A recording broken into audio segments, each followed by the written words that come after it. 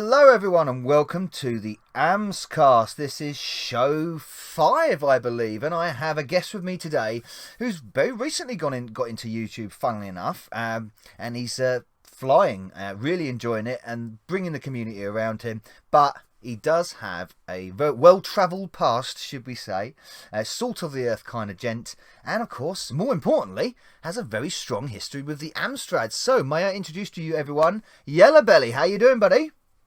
Greetings, cast of Ams. How's it all going? How are you doing, my friend? I'm good, matey. I'm good. How are you? I'm not bad at all. Yeah, it's excited to have you on the show at last because you do have. I think you have a lot of stories behind you, and of course you're currently in the realms of developing your YouTube podcasting, live streaming career, and it's taken off really well, isn't it? It has actually. I've been pleasantly surprised, shall we say? Yeah, the way things have gone. It's been. I started off just doing little videos, for my own sake, really, on my travels and various things, fishing, and just more for memories. So I remember seeing a very early video about bows you were doing. Oh yes, yeah. Do you want to know about that? Yeah, please do. Yeah, go for it.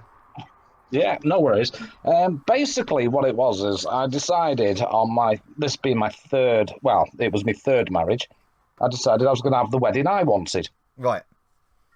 and I wanted a medieval wedding. Yeah. So what I did was I started researching, and I researched how to make dresses. I researched how to make bows, various weaponry, and anything medieval. And I've always had a love for medieval anyway. From like medieval fantasy, King Arthur up to Lord of the Rings type stuff. Yep. And Song of Ice and Fire, things like that.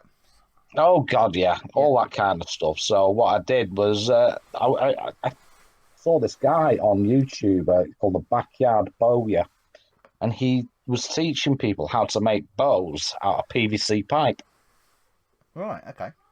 and then decorate them to make them look even more realistic. And I just followed his instructions really, and I wanted at the wedding to be an archery range for everybody. So I just started making these bows, and then people were asking me, "Oh, how do you get what pipe do you use? Because it's different in the UK than it is in America, and Mm. so on and so on." And I just ended up making these bow videos, amongst other things. So, sort of like self-construction of medieval weaponry. Well, yes, it'd be rude not to. It would do. Do you do all that sort of like medieval meetups? Do you do any of those? Mm. Yeah, we've started doing it. I still, excuse me, I still make medieval clothing. Right. Sorry, Chris. The What I do is I've got an old Singer hand crank sewing machine, Yeah. and I make various clothing for us, and we just go to like LARPs and things like that. So, and I know that Zypho's missus is into that. So after all this bullshit lockdown is over, I'd love to do a LARP session with her. That'd be awesome. Oh, I'd love to come to that just to be an observer. That'd be Mhm. fun. Yeah, Do you and like? it all stems back to like my childhood, Yeah. Do you do like battle recreation things like Dungeons that? and Dragons and adventures and things like that. Exactly, exactly. And it's just always fascinated me, the medieval times, the ages of chivalry, and Yeah. which were, and yeah, it was just something I fell naturally into. Because I think more importantly, we're going to talk about this later. That's going to feed into a project that you're doing at the moment, isn't it? I guess. Oh yes, definitely, yeah, yeah. Mm. But we'll talk about that in Well, a minute. But let's reverse right back because you're a man of senior nature to me. I would obviously be politely say. although I don't look it. No, you don't look it. No, that's true. You're a very youthful man. Oh yes, but I had a very soft paper round. When did you if we're talking about the Amstrad, was it the first? I'm assuming this wasn't the first system you had. Was it something that you got later on down the line? What kind of age were you when you first were exposed to the delights of the CPC? I was 15, so that would make it 1985. But I had experienced machines prior. Okay, and what were those? Atari?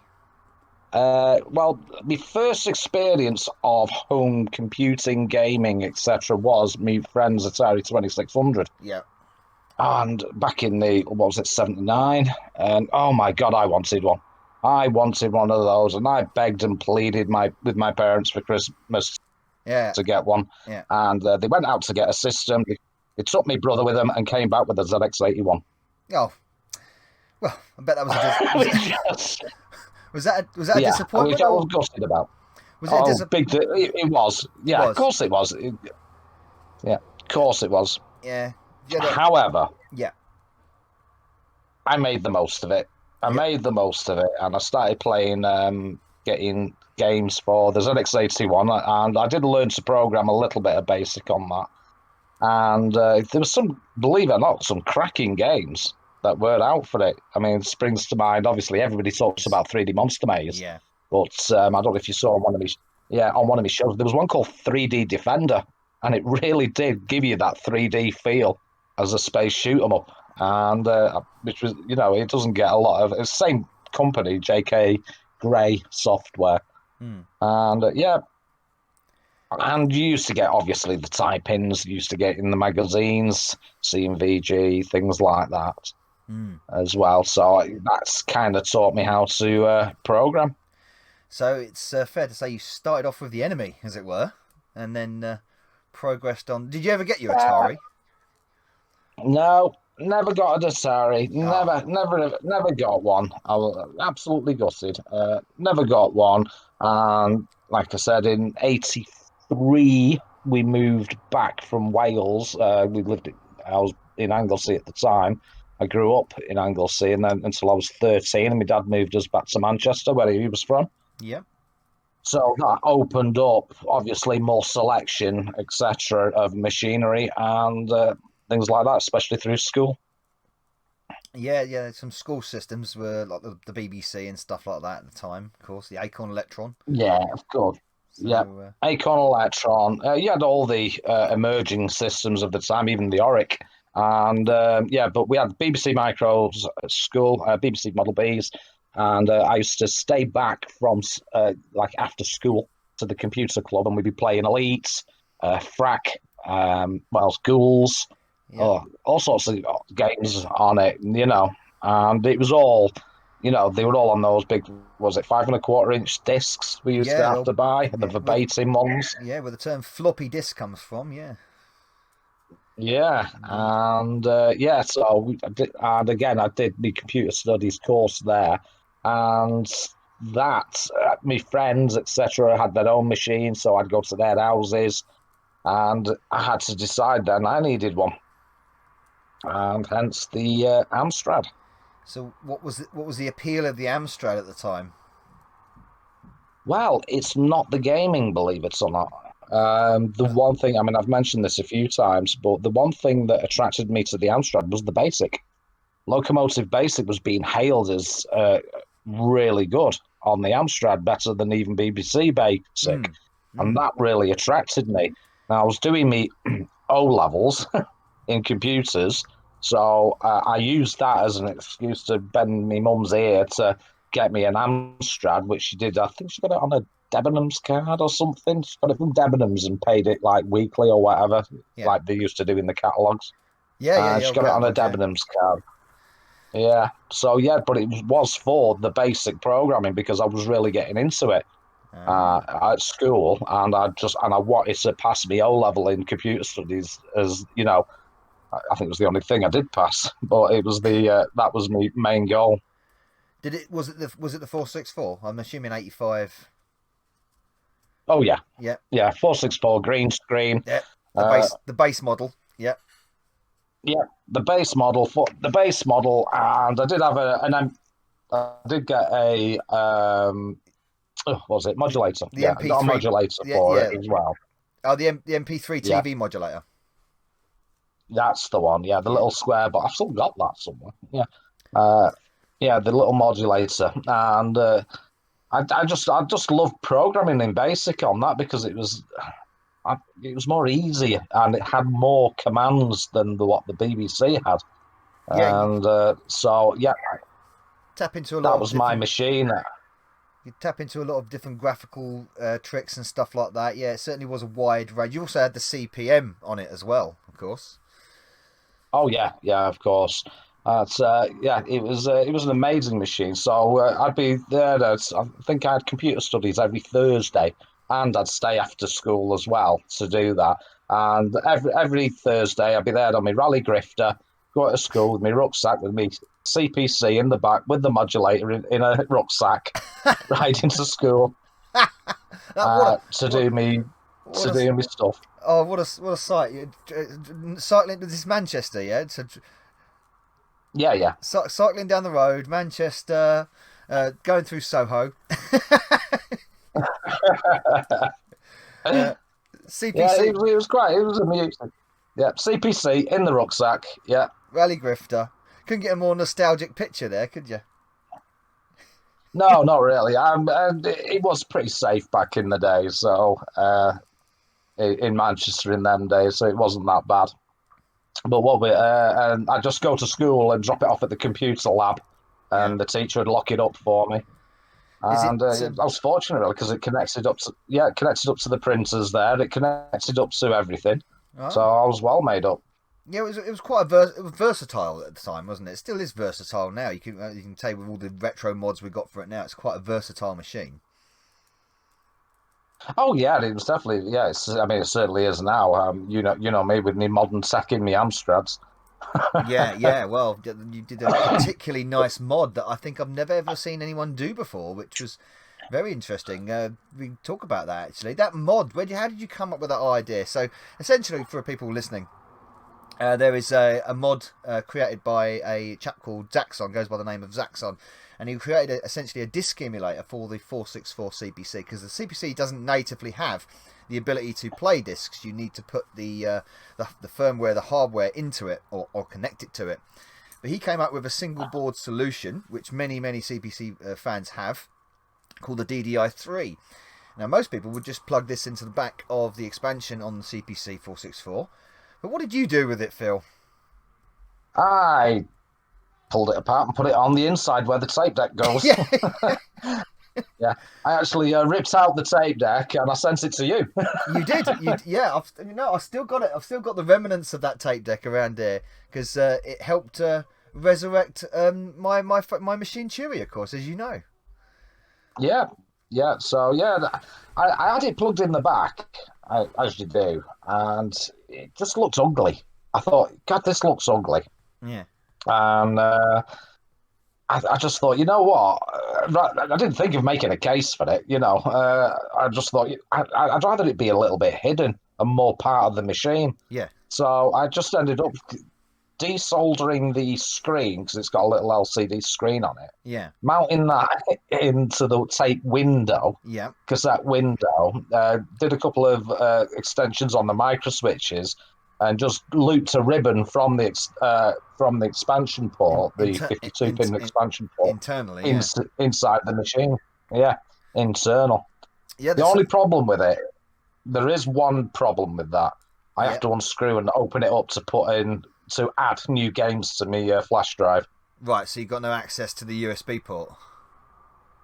Yeah, yeah, because I didn't want to destroy the case. I wanted it to be non-destructive, Yeah, because if you can call it that, with the yeah, tape deck no, out. well, no, non-destructive as much as ripping the tape deck out is. Yeah. Well, it's non-destructive, yeah, because it's reversible. Yeah, that's true. Does the you didn't like glue the door down or anything, the tape door? That's actually you can still open that, Yeah, still opens and closes. Yeah, and you've still got the. yeah. So I'm assuming. So what did you do with all the keys, all the tape command, the tape push button keys? Are they still in situ? No, I gave they're part of what I sent you, mate. Oh yeah. Well, what did you? Yeah, no, what I did, That's right. I put a blanking plate on. Oh, you put a blanking. I put a right. black blanking plate over there, and in on that blanking plate, I just put a couple of micro switches just for forward and backward, for selection. Oh, and they were extended via wires to the switches on the board. Yeah, Yeah, I just soldered them to those because the one thing that bothered me about the DDI3 is you go over to press the buttons and it'd wobble. Yeah, and it can crash. And I'd be, oh, I didn't like that. I thought, well, it reminded me of ZX81 16K RAM packs. Yeah. With the little, well, it just wasn't quite as firm as I'd like it because it didn't have a case. No, So I just extended the leads and put me on micro switches. Yeah, I know the feeling of that because when I'm using it, and you go into the menu to sort of like compile the ROMs that you want loaded into it, you come out of it after saving the config, and then you press the reset and then you crash it. Yeah, that can be irritating. Since for a board on the back though, it's quite robust considering what you've put it through. It's quite ingenious, and I applaud you for that because I don't think I've ever seen anybody else do that. Well, that's what I thought. I thought, why hasn't anybody done this? I had the stupid, crazy idea, and I thought, oh, somebody must have done this or done something similar. Like throw a GoTech on the inside of a 464. Yeah, that one's a common one. Yeah. So, but no, it hadn't been done. So I thought, oh, sod it, I'm doing it. Did you ever submit your idea, your project to Zaxxon and show him and see what he thought of it? I did actually. I did send him pictures and the videos, links to the videos. So he did. Quite a few people actually replied when I sent it. Some of them was the obvious sacrilege. Yeah. How dare you? How dare you do that to your machine? How dare you do that? But no, he says, "Oh, I've never seen that before. Good idea," kind of thing. Very much so. But I don't think it. He asked me how I got around the cabling issue, and I ended up doing. I put a couple of vids on my YouTube channel and linked him up to them. There you go. I bet he was quite interested to see that's been done like that because he does a lot of stuff like that. So there's also someone doing the project of I think we've seen someone build one already, which is the tape emulator, which is the TZX Dunio, which is separate from the CPC as well. If you get one, I've got one, I'm sure you've as well. But someone's made a cassette-sized version of it that will run natively inside the cassette without butchering anything. That is quite ingenious as well. Yeah, that is. I mean, considering we're talking 30+ year old hardware, and still new peripherals are coming out for it. You gotta. I don't think you'll find that with any systems. No, like the 8-bits. The 8-bits, for some reason, the 8-bit systems, and a little bit of the 16, but more so the 8-bits, just captured people's imagination so much that they're still doing stuff for it now. And then there's so many options for the Amstrad when it comes to these retro mods. You've got the DDI3, of course, but you've also got its rival directly, which is the M4, which is ingenious in itself. Connects your Amstrad. Does it over Wi-Fi. Yeah. I know that's to me that's witchcraft. To connect your Amstrad to the Wi-Fi to the internet is just witchcraft for me. Yeah, obviously you've got the good old GoTech solution as well, which I've got on my 6128. Yeah, I've got that as well. Yeah, I've got four different game and program loading solutions for my 4 CPCs, one for each. So yeah, there we go. My first attempt at modding my CPC when I got it was the stereo headphone one. Yes, where you just solder headphones, and then use your iPhone. Yeah. To send the things through, and also, which I thought was absolute witchcraft, is I could play a YouTube video of somebody loading an Amstrad game, and it'd load up on my Amstrad. Yeah, if the signals and the sound is clear enough, it will pick it up. Yeah, that's right. So, which was absolute. I was absolutely blown away by that. I think when I initially got into the Amstrad modding, which was a couple of years ago now. That was one of the first things I did was to do the jack mod on one of the Amstrads, and what I've found is when you play it through the phone is you've got to sort of make sure that no other phone sounds are coming through because otherwise you just ruin the load. Oh god, yeah, because you get that, you can hear it through the speakers usually when it's trying to connect to the network, that deep sound, and you're like, oh fuck, I forgot to put it on airplane mode. Oh, sorry mate, I swore then. No, you can swear as much as you like, but All not too much. right. Well, so since you're so dedicated to sort of like modding your Amstrad, you obviously are a big Amstrad fan over the years. So have you still got your original now, by the way, or did you have to pick up another one? No, no, I was gutted about that. As you know, in my life story, Yeah, when I was 18, I think. Yeah, 18, which would have been 1988. I met my first wife. married at 18, And, well, 19, we got 19. married. Yeah, and I buggered off across to the other side of the planet to Australia. And so while I was over there, my mum gave away my beloved CPC to one of the neighbours. Right. Well, we make these life choices, though, don't we? So. Yeah, yeah, yeah. Unfortunately, my all my life choices tend to revolve around women. But you served in the army, though, didn't you? Mm-mm. No, no, no, no. Oh, I thought you did. Why did I have that idea? Because my son has just joined That's up. right. Sam. Yes, your son. Sorry. See, you're so youthful. I'm confusing you with your son. Oh, you smooth talker. I know. I know. So when we're talking about the Amstrad, then it's the machine that stuck with you. What did you move on to? Was it Sega or was it Nintendo or was it other? It was, well, actually, I suppose you could say slightly other. Before I moved away, my brother had an Atari ST. Mm-hmm. And he had some crazy idea that because I was good at programming on my Amstrad, he bought, what was it, STOS, STOS, which was like an extended basic for it. Yeah. And I think there's an Amiga version called Amos. And he had it in his head that I was going to program these games and make him a millionaire, but which never came about because I buggered off across the planet, you know. But Did yeah, but I bought a Mega Drive. Now, what I got was we used to get obviously the magazines, the computer and video games, me, etc. Mean Machines? Yeah. And yeah, which eventually had me machines in it, and then that became a separate entity. So I was in an arcade playing Golden Axe, and I loved that. Me And too. then I heard it was coming out on this machine called the Mega Drive in Japan. Mm. So I looked it up, researched it, etc. And there was a place in Stoke that were doing Japanese imports.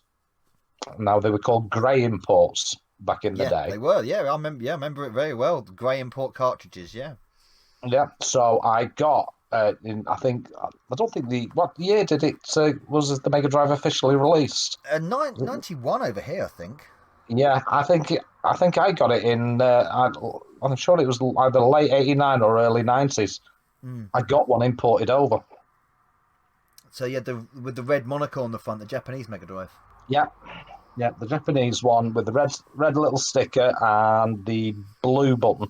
That's right. Had Yeah. the yeah, it had the blue reset button, and I mean it was like magic then, but now looking back, it's pretty easy to convert a Japanese Mega Drive to be English. Yeah. It's just a little solder trace, isn't it? Yeah. Yeah. And Step yeah, down. so I got one of them. So I got one of the first ones to be imported into the country, and I got an awesome game with it that he threw in. Because I think there was a couple of weeks delay or something, and he says, "Oh well, I've got this game, that I've been. I think it was on display there. They were using the cartridge to display it in his import shop, Yeah. and which was Thunder Force 3. Ooh, good game. Well, Good game. that absolutely blew me away. The sound, Yeah. A great the soundtrack. sound on it, Great soundtrack yeah. on the Thunder Force games. Oh, absolutely. So yeah, I went on to that, and then it wasn't actually for me. It was actually for my brother, my younger brother, Mike. Because I knew I was leaving the country. So you left the Mega Drive here on old Blighty. Yeah, with him. Yeah, I left it with him. It was initially for him, so that was the idea, just to give him a nice fond memory before I left to the other side of the planet. Did that return back to you when you got back? No, he'd long gone by the time I came. He was on to I don't know what he was on to then, but no, I mean a lot of our old stuff disappeared. My dad did a tip run. Oh God, Uh, dreaded yeah, tip run. yeah, and we lost a lot of childhood stuff. So should we say? So the question is then, when did you? So getting back to Blighty, when did you start to sort of get back into gaming then? Um, Pretty much straight away, really. I got back to the UK in '95, I think it was. Yeah, '95. And what we're talking now, PlayStation era, isn't it? 95 was the release of the PlayStation 1, yeah. Yeah, so yeah, we had the PlayStation 1 came out, but my brother Mike, he continued. He had them all. Yeah, he had the Saturn. He used to work for Electronics Boutique, Right. so he used to come on with a different console each week. So Dreamcast So and yeah, so Dreamcast, Saturns, N64s, Famicom, you name it, he'd bring one on, and we'd play all sorts of games on it. And I did most of my gaming with him. I mean, we used to, it was crazy. We used to stay up till all hours, absolute all hours playing. What was that N64? The Zelda one. I forget the name of it now. Ocarina of Time. Ocarina of Time, yeah. The famous Yeah, Ocarina of Time, yeah.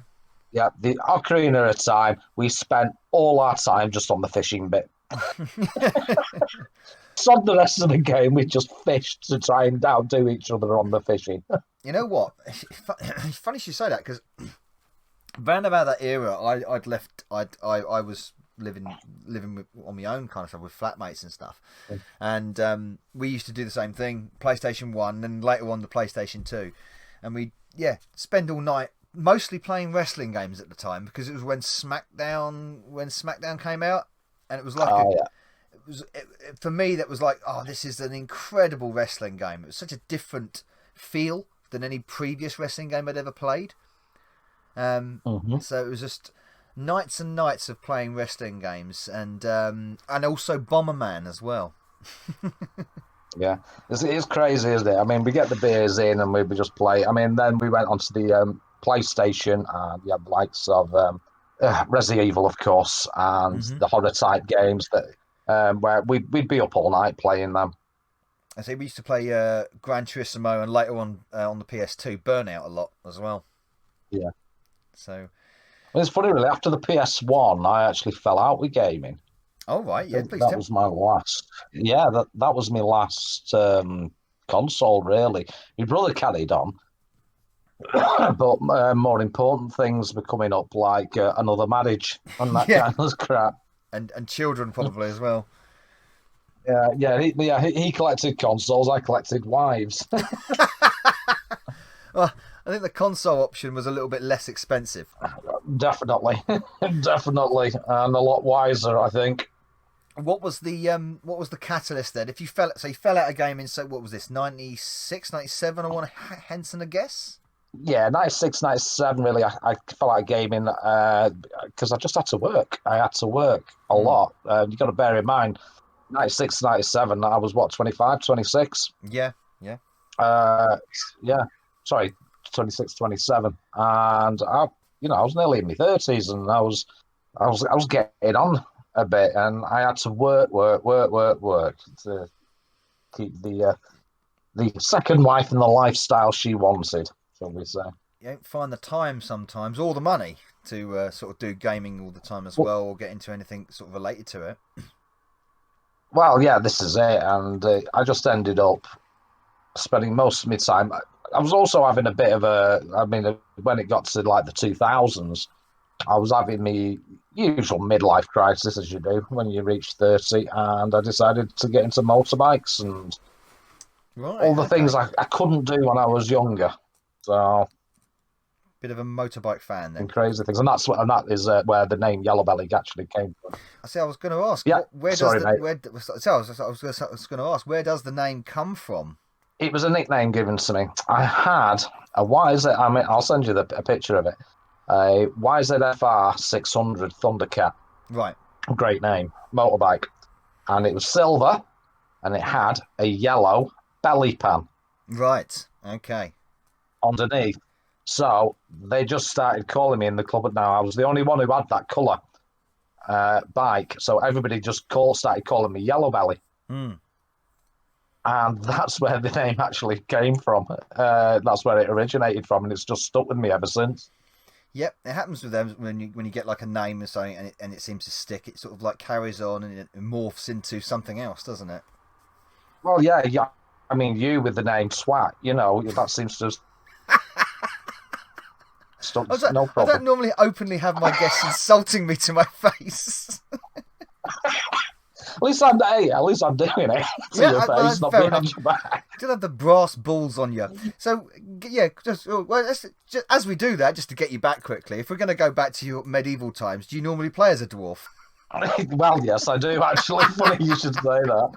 I actually do. Yes, those who haven't met me in person yet, you will do. Hopefully, at one Blackpool. I am not the largest of people, but I've got a very big heart. You have got a very big heart. You have indeed. He was waiting for me actually at Blackpool, which was incredible. Yellow Belly is probably one of the only hate to say this word because it sounds really egotistical, but fans of me that was waiting in the bar area of the Norbrick Castle at a Play Expo several years back, and it was quite sort of surreal for me for that because I'd only spoken to you briefly a couple of times. Yeah.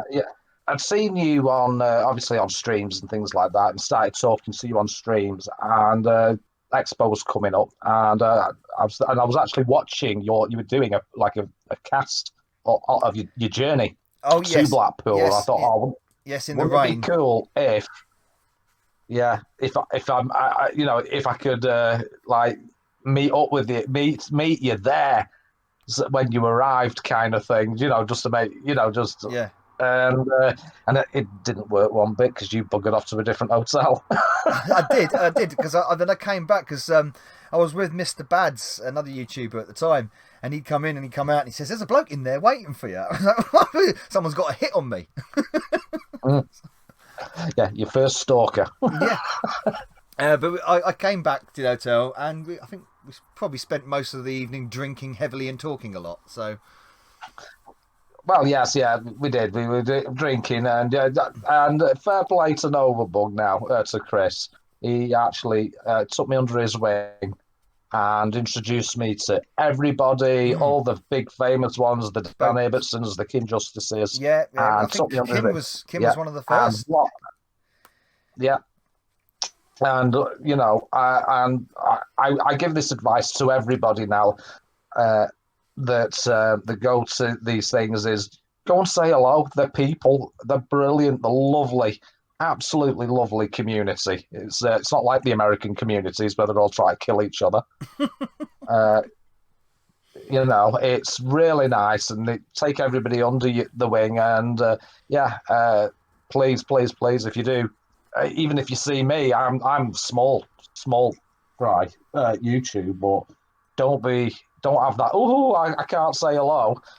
Come and say hello. Have a drink. Have a laugh. We're all human beings. We all wipe our asses the same. Hopefully next year we'll get back to one of those expos because they are one of the sort of like the highlights of this kind of thing. Oh, definitely. Can't Absolutely.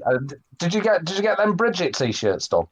I'm gonna get them Bridget t-shirts done. Actually, I'm thinking about doing like ordering a crop of them and then selling them off at the next play.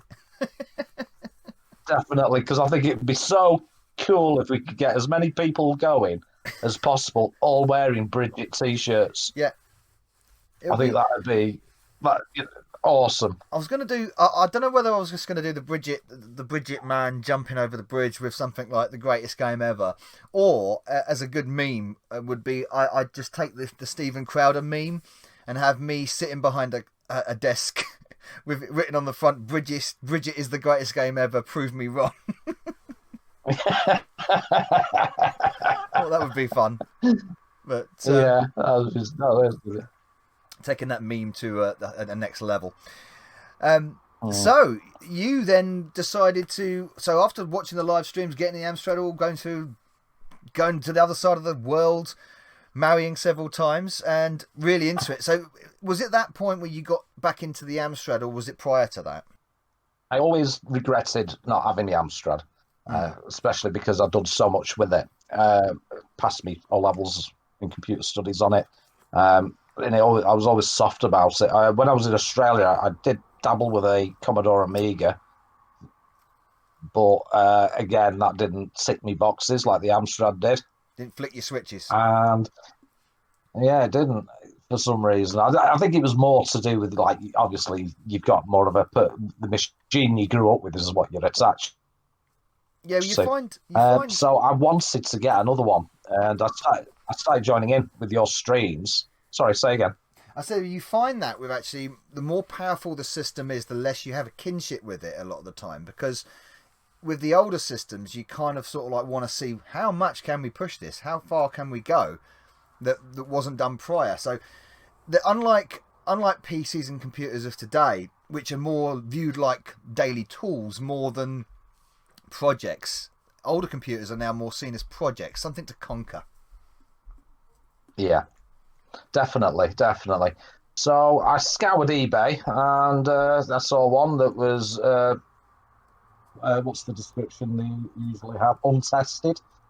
The description was that they couldn't get. It said it powers on the cassette that will forward and reverse, but won't play. So it's untested, possibly faulty. And I knew straight away that you got to put in a run command for the tape player to play. Yeah, of So I course, picked yeah. that up for like 20 quid off eBay. Yeah. So I Also, picked that up for 20 quid off eBay, and I was just made up because emulation. Even though I'd still use emulation now yeah, for streaming, but it just had something missing, and it took me a long time to realise what that was, and it was the glow of a CRT, yeah. the glow of it on a CRT as it was built to do. And even now, I think you'll agree, we're getting some cracking games out for the Oh, Amstrad, and some of them, amazing, you amazing. know, on a CRT, it opens it up even more. Yeah, I agree. No, this is the thing which I love the fact that I do have the CRTs in the bug loft and want them as faithful as original. I've always been an advocate for being as faithful to the original hardware as possible. Obviously, a little bit of leeway here for some retro mods, but yeah, you do get something special from that. Yes, it's not the clearest picture in the world, and it certainly has that sort of like, should I say, eye straining effect. But because the system was designed to work with that and work like that, and the games more importantly were designed to look the best like that, you get that sort of special magic. Yeah, oh God, yeah. I have to say, the one thing that um, when I did have my Amstrad and I got my CRT and all that, I mean, it's only a little portable TV, but it's still the CRT. Hmm. And the one thing when I first put on the Batman group, Batman Forever demo, Yes, yes.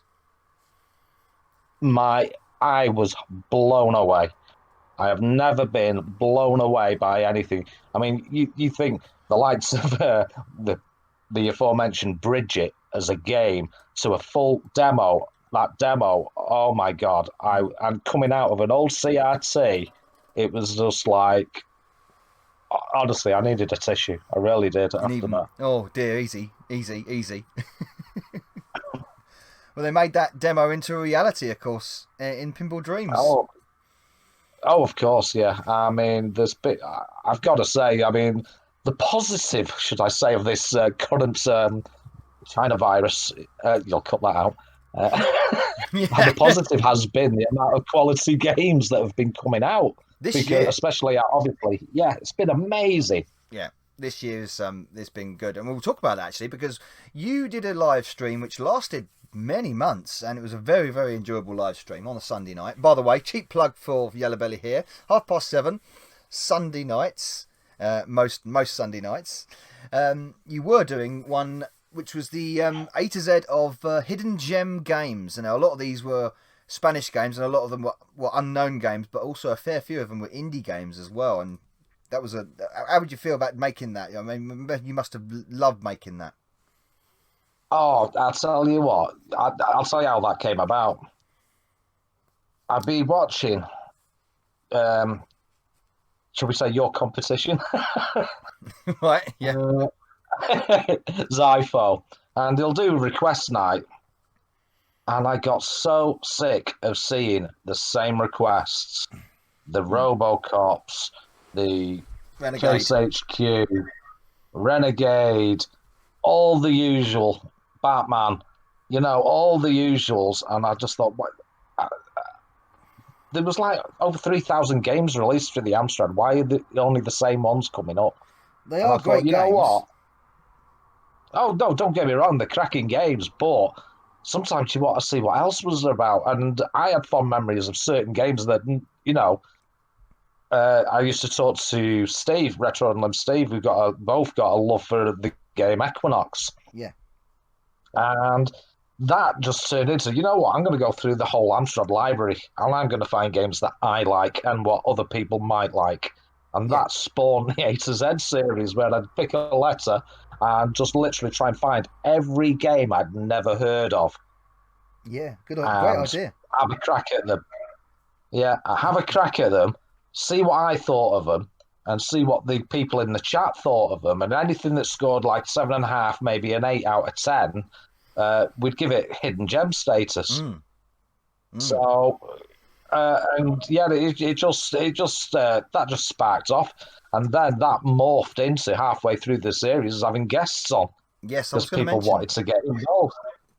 Yeah, I was going to mention that. It's that sort of you brought guests into it, and I think that really, really added to it. And that guest element that I think you've done, and I want to give you massive props for this, bringing them guests in. You've inspired many people to actually start their own YouTube channels because they've been on your show, that's brilliant stuff. Well, that's the idea. I mean, I've said it before. You obviously yourself gave me a lot of love and all that at the beginning, and I just wanted to pass that love on to the community, because I think we've got one of the strongest communities that you could wish for. I think we do. There's a lot less infighting in the Amstrad community than other communities. I've got to admit that. Maybe because we're quite concise, and of course the community isn't massive by the nature of the fact that the Amstrad wasn't the biggest player of the three major 8-bit systems of the age. So maybe it's helped by the fact that it's naturally constrained. Yeah, definitely. But it's like, it's been a fabulous community. You have your ups and downs. You have your trolls that come in and out. No names. No, I'm not. And but all in all, the one thing about all that is it pulled a lot of us community members together. Especially when we had issues, rather than everybody dispersed, but it pulled us all even tight as a tighter knit group. I think most of the time that does happen. It's sort of like you sort of like all agree on it. We might not agree on every single matter or every single issue, but we all unite around the common cause kind of thing. Yeah, exactly. And I love this community, and I decided, rather than have the big names try and get them involved that are always on, I wanted to give back to the community and give them a bit of limelight, because we've got some amazing community members, and some of them are so natural on camera. And these are a few of them comes to mind. Yes, I mean, Technic comes to mind. Yeah, and Rachel. I was like, yeah, of course, the lovely Rachel, and quite a few people. They're just like so natural on camera, and I'm like, why aren't you doing your own channel? Because you're amazing. Yeah, it certainly I do have to apologise for I did somehow manage to create a monster out of Texie88 though. God, he's a machine now. There's them videos out now. It's constant machine from Texie, which is great. It's Really good enthusiasm. A lot of Spectrum stuff for me though. Yeah. No, bless him. Yeah, and it's really nice. I just love the community element, and that naturally is what brought me to my next series, which I've just started. Yes, you have. We're going to talk about that. But a final note on that last thing we were talking about there is that another thing. It's these people that are just a lot of the time just names on a screen, names in the chat. It turns out, no, they're real people. They've got real personalities. They've got a lot of skill set behind them. They've got a lot of enthusiasm for the community and for gaming in general, adding more input to an already rich sort of like tapestry. And it's nice to see them coming out of the chat box and into the sort of like the domain, as it were. So. Oh yeah. I love it. I absolutely loved it, especially that where. I mean, a little bit selfish, I suppose, but I was thinking, you know what? When it comes to the next Blackpool, I'll know everybody by what they look like as well. Yeah. It does help, doesn't it? It does. As long as they're not wearing bloody masks. Yeah. But yeah, Oh, well, I want one of those. I want one of them nutsack ones you were talking about. Oh no, yeah. I don't know. I saw a picture today of someone who's come up with one of these dopey COVID masks that looks like a ball bag, and so you can make your chin look like a pair of rich ones. Which, yeah, okay, if you fancy. Yeah, that's the kind of thing. Yeah, that's definitely the kind of thing I'd wear. See, the last thing you do is then wear a purple hat with a black slit on the top. So that'd be a right match. So getting away from people looking like testicles. That's a natural segue. You're on my level now, Chris. Come on, this is my level. Yeah. Oh, I'm on level. I can adjust to everybody's level. Yeah. Your new show, which is called Retro Memories, is it? Recollections. Retro Recollections. Retro Recollections. So this is another This is a primarily guest-based show, isn't it? It is.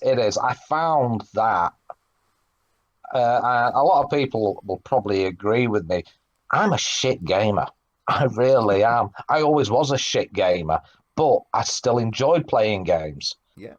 But I found that during the series, I actually really enjoyed having a chin wag with the guests that I started bringing on. And I thought, you know what? I actually started to enjoy that more than. And there's plenty of people doing game reviews and game this, game that. And I thought, well, why not?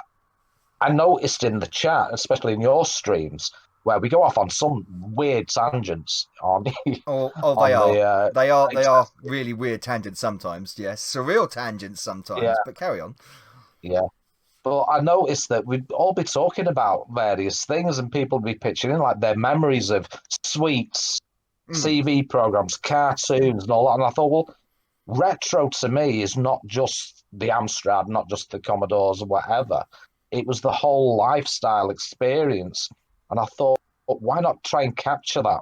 Because people seem to enjoy talking about it on the chats. So I just wanted to, I've still got a little bit of gaming in there. And I wanted to also open it up to different people because not everybody grew up with an Amstrad.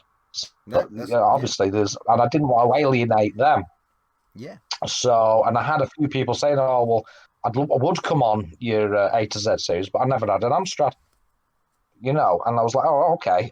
So I thought, no, I'll create something where everybody can be in and, be all inclusive, but not progressive. Yeah, there's a distinct difference. Oh, yes, definitely. And one thing people will know is the Yellowberry character is an absolute misogynist, and I'm proud to say it. Now this So this is a sort of in-running joke which kind of organically developed over on Maya and Zypho's streams, where Yellowbelly would talk to the ladies of the chat rather promiscuously, should we say?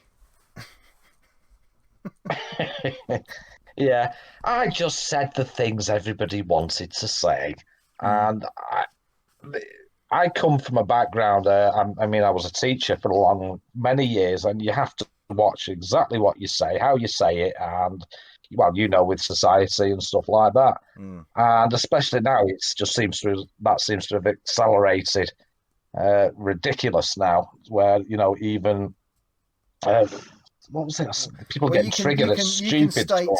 you can state facts nowadays, and people will get upset by facts. So that's the situation we're in at the Yeah, moment.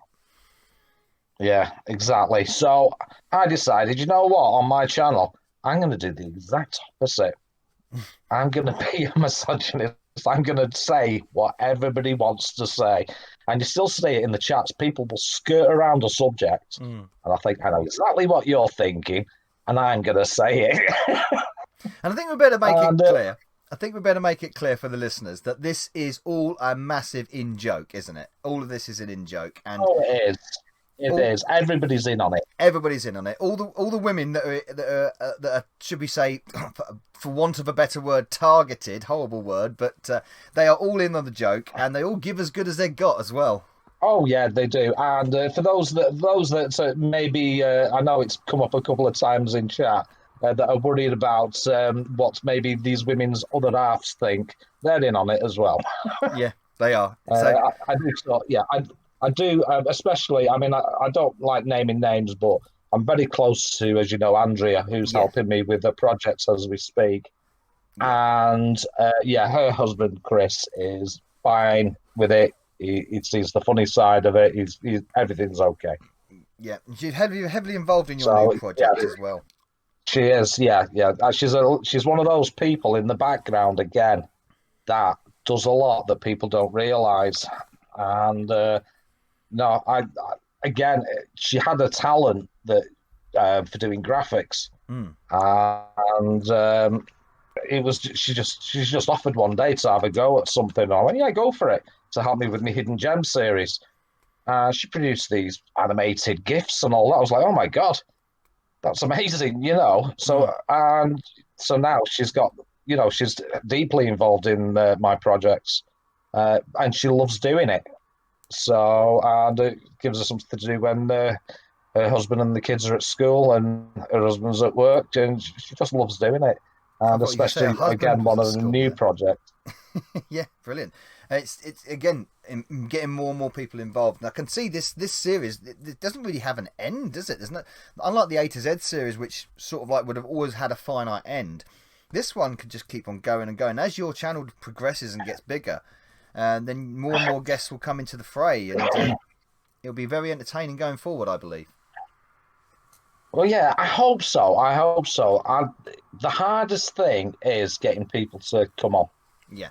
That's always the hardest thing, is getting people to, don't get me wrong. I've even hammered the big names for the series. I've asked Kim and Dan, and they said yeah, but they'll have to come back to me with a date.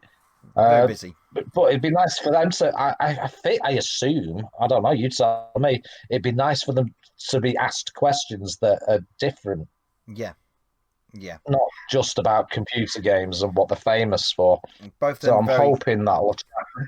both of them are very open people, and I'm sure they'd be honoured to do it. I really would. I don't want to speak for Yeah. them, but I'm sure they would consider both Dan and Kim good friends. So yeah, it's certainly going to be exciting to see where it goes. I'm going to be gracing my ugly face on it soon, and I think.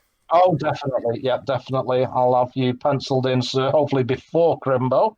Mm-hmm. Uh, Definitely, we'll have to arrange a date. Let's have a look. I've got a guest booked in already. Then I've got a weekend off because I've got to work.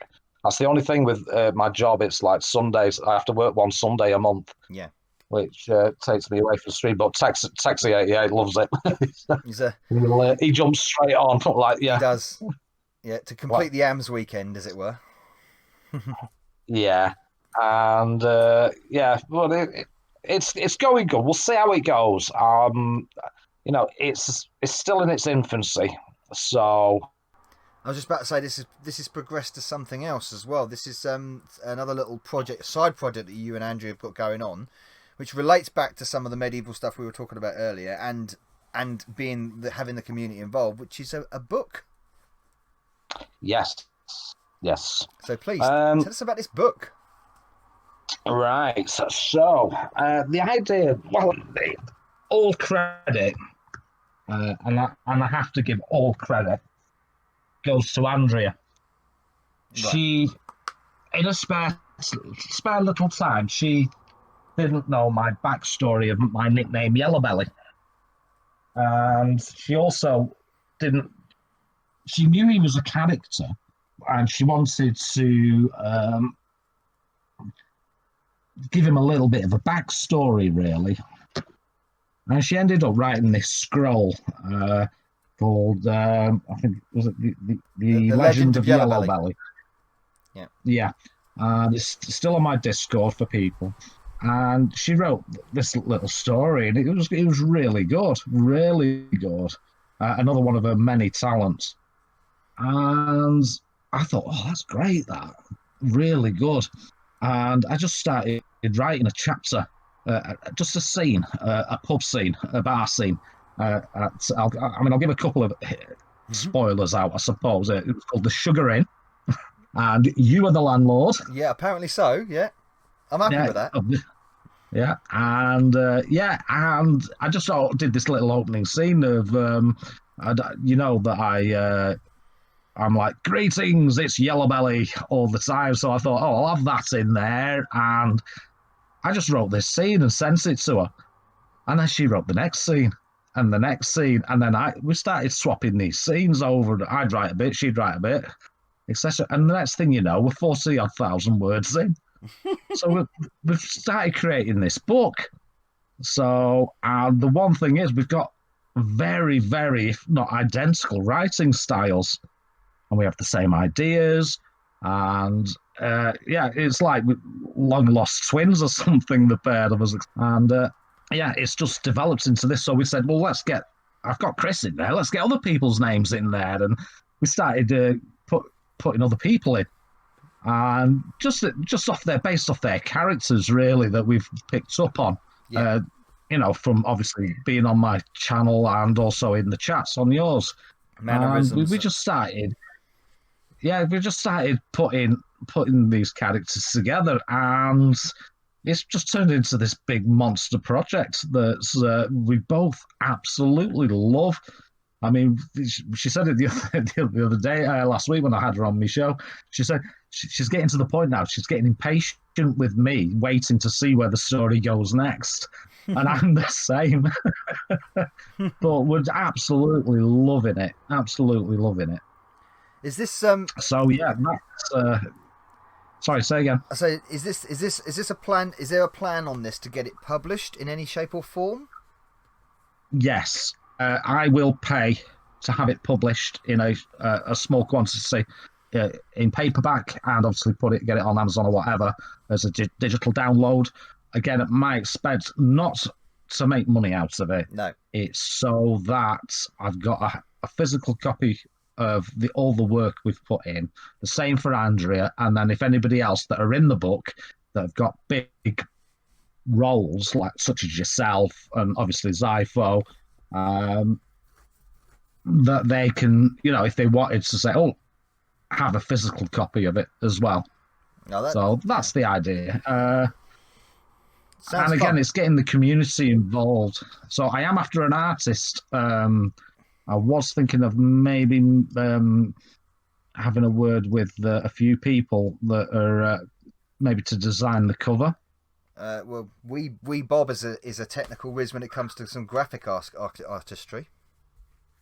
Rightio, yeah. So something like that. Yeah, but again, the book has got references in it that people of the AMS streams and obviously the CPC live game testing streams will know the references, because it's something we all say. And yes, your favourite game will be in the book. Oh, all right, great. So good to see Death Kick in there then. Yes, definitely Death Kick. Yes. and Bridget, obviously. Yeah, Postman Pat, of course. Oh, of course, yes. Yeah. Bit of Postman Pat. Yeah, we have done plays on names. How the hell am I going to make a name out of that for the character? Well, we seem to be managing. Yeah, It sounds great. I can't wait for it to be finished. That's something I'm probably going to be entertained by that greatly, and a fair few others will be as well. And of course, it sounds like it's going to be even more open than just people that watch the two streams. Of course, watch our streams. Oh yeah. Oh God, yeah. It's open to quite a few people. I've got a few people from. We tend to naturally various people come in and out of the streams from other channels as well, so they'll be in there as well. I know I was chatting to Swedicus. I sent him a message today. And he's from John Gage's streams, and he's got his own channel where he plays Jackbox games and things. So again, everybody gets a little mention in. I try and get as many people in, but obviously the bigger roles, and it's something I put on my channel, I'll try and get you in, but obviously the big main roles will be the big guys such as yourself, Zypho, obviously myself and Andrea, and Steve's got a relatively large role in there as well. Steve. Is he the court jester that comes into the bar and shouts out lewd jokes? No, you'll be no. That's what he generally does in streams. I don't want to give spoilers away. No, but don't. What is he always coming out with? Well, on the streams, various quotes from, say, suspicious and criminal, famous people of the past. Yes, he does. Yeah. Yes, it would be rude not to have his character coming out with a few of those, wouldn't it? It's risque humour, which is always fun from him. Yes. But funnily enough, you spoke about obviously games there and progressing from the game. So that brings us full circle, and I think we'll finish on this as we go back to the games, if I may. And yes, of course. As you'd gone through loads of different games that you'd never heard of before, some of your favourite games on the Amstrad, list them off and the reasons why. Right. Starting off, Galactic Plague. Well, that's an early but a classic. A lot of people hate Galactic Plague, but for what it is, not bad. I thought it was belting. I love that game, and obviously because we all had the 12-pack. And we all had to. I didn't get on with Roland in the Caves, but Rolling on the Ropes, obviously. And I didn't notice the flicker until I played it recently. I didn't even notice. So does flicker pretty badly. Yeah. So that's the obvious. Equinox was a game I used to play a lot. I loved it. But my favourite of all genres was the isometrics. The isometric games don't get the love that they. They're a bit Marmite sometimes. Bloody tons of them on the Amstrad. They are Marmite games, aren't they? Let's be honest. Yeah. But I loved them. I loved the adventure element of them. I loved the fact that I could stop, have a breather, and have to think, and maybe draw a little map or something like that. That was the. It was very. It just became immersive for me, the isometrics, because you would draw maps and then you'd spend all that time drawing maps, and then Amstrad Action or the likes of print one out. And you're like, I did that for nothing. There's a lot of it's one of the genres that the Amstrad did really well as well, the isometric games. So we got, say, some of the early ones, like obviously the classic Batman, Hydrofall, Sweevo's World, Molecule Man. But then later on, of course, progressing into more advanced stuff like Get Dexter and Wheels. Attack of the Robot Monsters. Yeah, that was belting, that one. Yeah. Absolutely belting. Of course, Last Ninja was as well. Yeah, Last Ninja was, and it's a shame the isometrics didn't get as much love as they did. I remember, and I still haven't done it myself. I decided before I even started streaming, I was going to try and work out and get a list of every single isometric game, and that was going to be my first video. I never did it because there was that many of them. It would have took over an hour, and then I kept finding, I've missed that one. I keep finding other ones. So I'd love to. Even if you would take up the mantle of that, of doing a all Amstrad isometric game kind of thing, you know, like a quick video on, you know, a couple of seconds each. I think that would be just to make people aware of some of them, because you don't get to see them, and it is a genre of game that doesn't get the love. No, and a lot of genres adopted the isometric platform as well. So two of my favourites, funnily enough, are not the traditional sort of standalone isometrics. So Spin Dizzy is just awesome. Yeah. Love it. Yeah. That is one of my all-time favourite isometric games on the Amstrad is Spin Dizzy. Yeah, definitely. And another one, which isn't you. I suppose you wouldn't sort of like traditionally put this in the isometric brand, but it is drawn isometrically, and it is I really like isometric shoot 'em ups when they're done right. Yeah, like Zaxxon, yeah. Like Zaxxon, yeah. But the one on the Amstrad that I particularly like is HATE, Hate. Oh, yeah, yeah. I really like that. I enjoy that quite a lot. Yeah. No, there's nothing wrong with the isometric shooters. I came across a couple of them doing the A to Z series, and I just wish they were better so that I could. Yeah. What was that one I was playing? Sigma. It was 7, I think it was called. Sigma 7, something I had a like few that. Yeah. on that. It was a Zaxxon clone. Mm. And then you got horrible ones like Leviathan, which are just almost unplayable. So, oh God, yeah.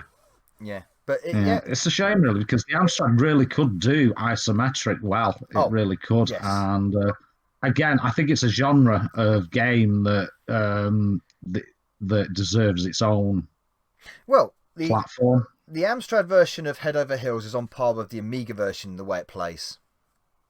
You know, Head Over Heels easily. Is incredible game. Yeah, definitely. And obviously Batman, there was the isometric Batman. Yeah. And I loved it when they do Mode 1 graphics and they do it right. Yes. They only had 4 colours, but God, they got it right. Yes. It's getting that balance of what colours to put where. Picking the colour palette is always correct. And of course, when they use graphical effects like split rasters and stuff to trick you into putting more colours on the screen, that makes it even better. Oh God, yeah. I mean, some of the stuff they're getting out of this 30-odd-year-old machine is unbelievable. Going back to the likes of Pinball Dreams and obviously the latest retro devs games. Some of them are absolutely out of this world. A distinct lack of isometric games though in these indie devs, I notice. Yeah, definitely. Certainly something that whether it's they're all using maybe the same engines, I'm not sure, to run the games. Yeah. I mean, and let's be honest, we are fortunate as Amstrad owners that we've got an event every year dedicated to making new games for the Amstrad. Yes. Obviously the CPC Retro Dev, which we've just had. Yeah, it's very important. There's a lot of activity with the Amstrad over in Spain. Anyway, you've got Amstrad Eterno as well, of course, which is also a yearly competition, which goes under the radar for someone, but that is also held. So plenty of activity going on. So a big proponent of the isometric classics, as it were. So I suppose some of the more common ones you can recognise they're great, but they're not really your cup of tea. You know, the Chase HQs kind of thing. Yeah, I can appreciate them for what they are. Don't get me wrong, but I mean, especially now at my age, if I wanted a fast-paced racing game, I just play Super Cycle. I could play that forever. Yeah, Super Cycle on the Amstrad, which is great game. Yeah, absolutely belting game. I had it back in the day, so obviously I've got that attachment to it. But I like to stop and have a think as well. And I'm getting older, and my eyes are getting worse, and my reactions aren't as quick. Yep. So it's nice to be able to pause a game and have a think, and just use a little bit of brain power.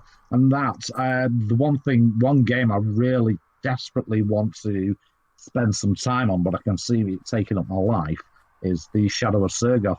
Oh, yes. That is an excellent game. Excellent game. Yeah. Now, that is one that I've promised myself to, at some stage, go away for a weekend and just play it. and just on my own and dedicate a good few days to it. It's a beautiful looking game, and it's right up my street. Again, coming back to the fantasy stroke medieval stroke genre. So that is a for anyone that doesn't know, that Shadows of Sergoth is a indie game that came out a couple of years ago now, and is highly graphically impressive. It's got excellent sound. It's a dungeon crawler kind of fantasy. I would say an RPG in a way. But it's like a maze sort of game, along the lines of the kind of maze games you used to get, sort of like first person kind of view, but it's so well implemented and well performed, and plays like a dream, that game. I believe there's an Amiga version coming out. Oh man, that would be good. I tell you one thing that I love as well is the rebuilds of classic games that never saw the light of day on the Amstrad, and when you see those made, that is another thing that blows me away. Particularly the 2 versions of Ghosts and Goblins. But also we had a sneak peek of it of Toki last year. We haven't seen much development on that since, but my word, that was impressive. Yeah, very impressive. And I think it's been exactly a year now since they released the footage of Vespertino. Yes. So exactly a year, and it's like, oh, come on, guys, give us something. It'll take longer. I think Vespertino will take longer. And we've also got a port of Sonic coming to the Plus machines as well. Well, yeah, Sonic GX. Yeah, I was pleasantly surprised. They just seem to keep popping up new games, don't they? Yeah. So lots of things to look forward to in the Amstrad gaming sphere, and also plenty of things to look forward to on Yellowbelly's channel with the amazing stream that he does every Sunday, Retro Recollections. And like you say, you've got plenty of guests coming on.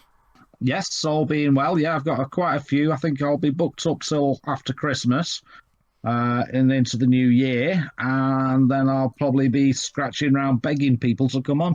I don't think I think you'll be fine. I think you'll have an abundance of people. I'm giving you the confidence there.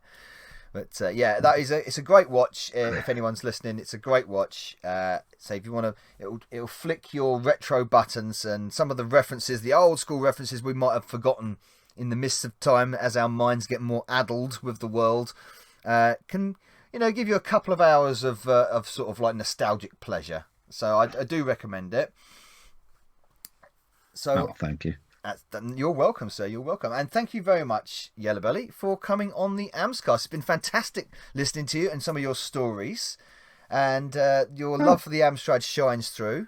And I wish you all the luck in the future with everything that you do. And I want to give you a personal thank you of being one of my big supporters. Couldn't have done it without you, mate. Oh, it's my pleasure, mate. You're producing that much quality content. It'd be hard not to support you. And especially the Bug Army, obviously, as well. Yeah. It's an absolutely pleasure to be on, and to be asked to be on with somebody like who's high up in the echelons of YouTube compared to myself. But it's a pleasure, mate. I'm small fry, mate. I'm still small fry, but that's the way we like it. So it's nice that it's more intimate. Exactly. Oh yeah, well, you love a bit of intimacy, don't you? Oh God, yes. Oh, definitely. Oh, matron. I think we'll leave it there, shall we? Yellowbelly. Oh yes. Yes. Oh yes. Oh yes. Oh, wicked to mock the afflicted. Oh dear. Just let me get a tissue. Right, okay, so Yellowbelly's going to finish off, and I'm going to finish off in a different way by saying thank you everyone for listening to the Amscast, or watching the Amscast, whatever you're doing. This has been a pleasure, and I hope you've enjoyed the show.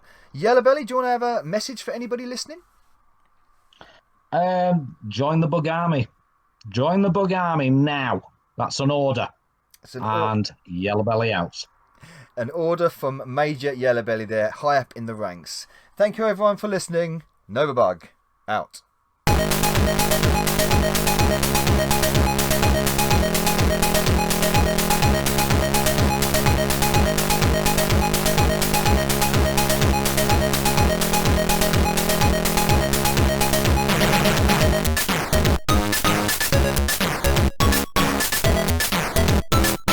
Bye.